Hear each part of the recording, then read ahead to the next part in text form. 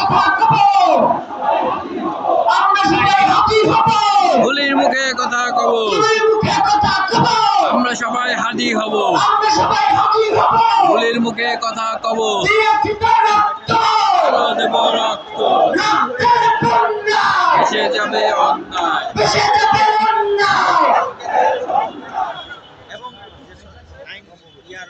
আমাদের দেশে যারা বিশৃঙ্খলা করে সন্ত্রাস ভোটচোর, আমাদের দেশে যারা অস্থিতিশীল পরিবেশ তৈরি করতে চাচ্ছে, হাদি ভাইকে যারা হত্যা করেছে, নির্বাচন যারা বানচাল করতে চাইছে, দেশের পরিবেশকে যারা অস্থিতিশীল করতে চাইছে, সীমান্ত যারা আমাদের ভাইদেরকে বোনদেরকে মেরে ঝুলিয়ে রাখে, তাদের আশ্রয় এবং প্রশ্রয়দাতা পৃষ্ঠপোষকতা দিচ্ছে ভারত। ভারতকে স্পষ্ট ভাষায় বলতে চাই,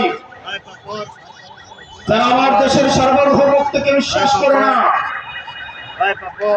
যারা আমার দেশের সম্ভাবনাকে বিশ্বাস করে না, যারা ভোটাধিকারকে বিশ্বাস করে না, মানবাধিকারকে বিশ্বাস করে না, যারা এই দেশের সন্তানদেরকে বিশ্বাস করে না, আপনারা যেহেতু তাদেরকে আশ্রয় প্রশ্রয় দিচ্ছেন, কথা স্পষ্ট করে বলে দিতে চান, ভারতের যারা সেপারেটিস্ট আছে, বাংলাদেশে আমরা তাদেরকে আশ্রয় প্রশ্রয় দিয়ে যে সেভেন সিস্টার রয়েছে, সেটাকে বাংলাদেশ থেকে, ভারত থেকে এই হাসিনার পৃষ্ঠপোষক স্পষ্ট ভাষায় তীরের আলোর মতো স্পষ্ট স্বচ্ছ, তাদেরকে ভারত অর্থ দিয়ে, তাদেরকে অস্ত্র দিয়ে, ট্রেনিং দিয়ে বাংলাদেশের বিরুদ্ধে তাদেরকে দাঁড় করিয়ে দিচ্ছে।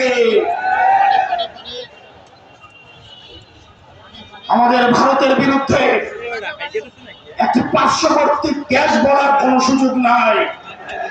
আপনার জবানে স্পষ্ট করতে হবে, এই বাংলাদেশকে ভারত একটা ফিলিস্তিন বানাইতে চায়। আমাদেরকে সবাইকে ঐক্যবদ্ধ হতে হবে, ক্ষমতার জন্য, গদির জন্য, মন্ত্রণালয়ের জন্য যারা দিল্লি থেকে বানাচ্ছে এই বাংলাদেশের স্বাধীনতা, তারা তৃতীয়বারের মতো বিক্রি করে দেওয়ার প্রস্তুতি নিচ্ছে।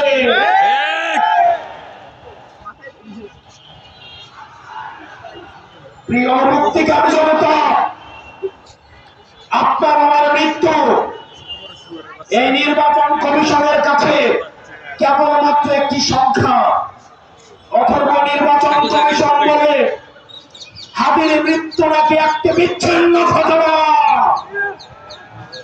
এই মেরুদণ্ডবিহীন ইলেকশন কমিশনার, আমরা এমন একটি বিচ্ছিন্ন ঘটনা তোমার সাথে যেন ঘটে যদি অপেক্ষায় থাকলাম।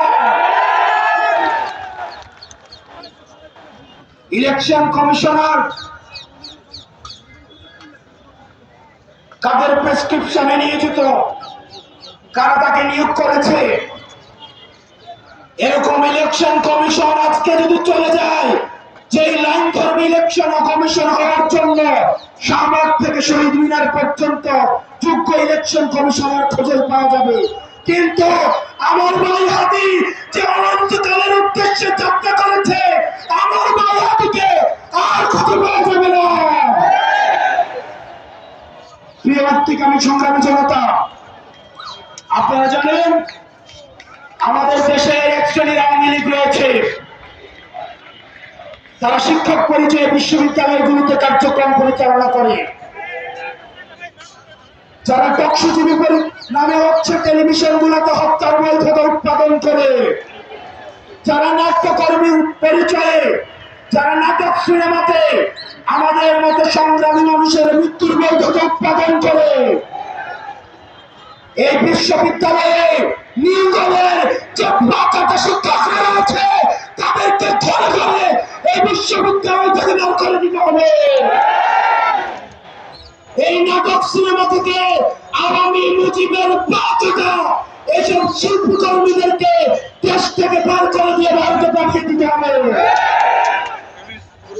টকশিজীবীদের উদ্দেশ্যে এই ভারতীয় আধিপত্যের বৈধতা উৎপাদন যারা করছে, যেসব টকশিজীবীরা আপনাদের তাদের এই ফ্যাসিস্টদের মানবাধিকারে আপনারা যারা বিশ্বাস করেন তারা মুসলিমের মানবাধিকারে বিশ্বাস করে না।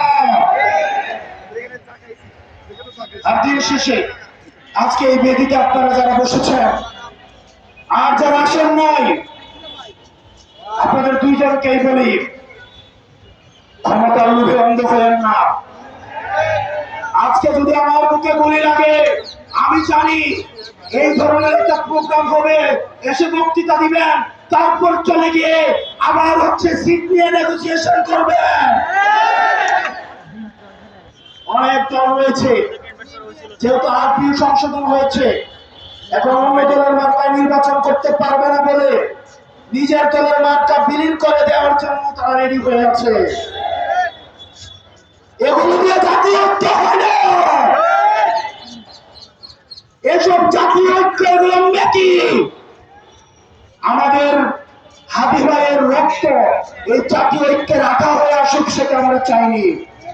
আপনারা যদি দেশের প্রশ্নে, সার্বভৌমত্বের প্রশ্নে, বাংলাদেশের প্রশ্নে দলীয় স্বার্থের ঊর্ধ্বে উঠে আমরা 1 আগস্ট, আমরা 3 আগস্ট 2024 সালে এই শহীদ মিনারের বেদিতে দাঁড়িয়ে যেভাবে আমরা ফ্যাসিবাদের বিরোধ এবং নতুন রাষ্ট্র ব্যবস্থা বিনির্মাণের যে একটা দাবি দিয়েছিলাম, আমাদের সেদিনের মতো আবার ঐক্যবদ্ধ হতে হবে।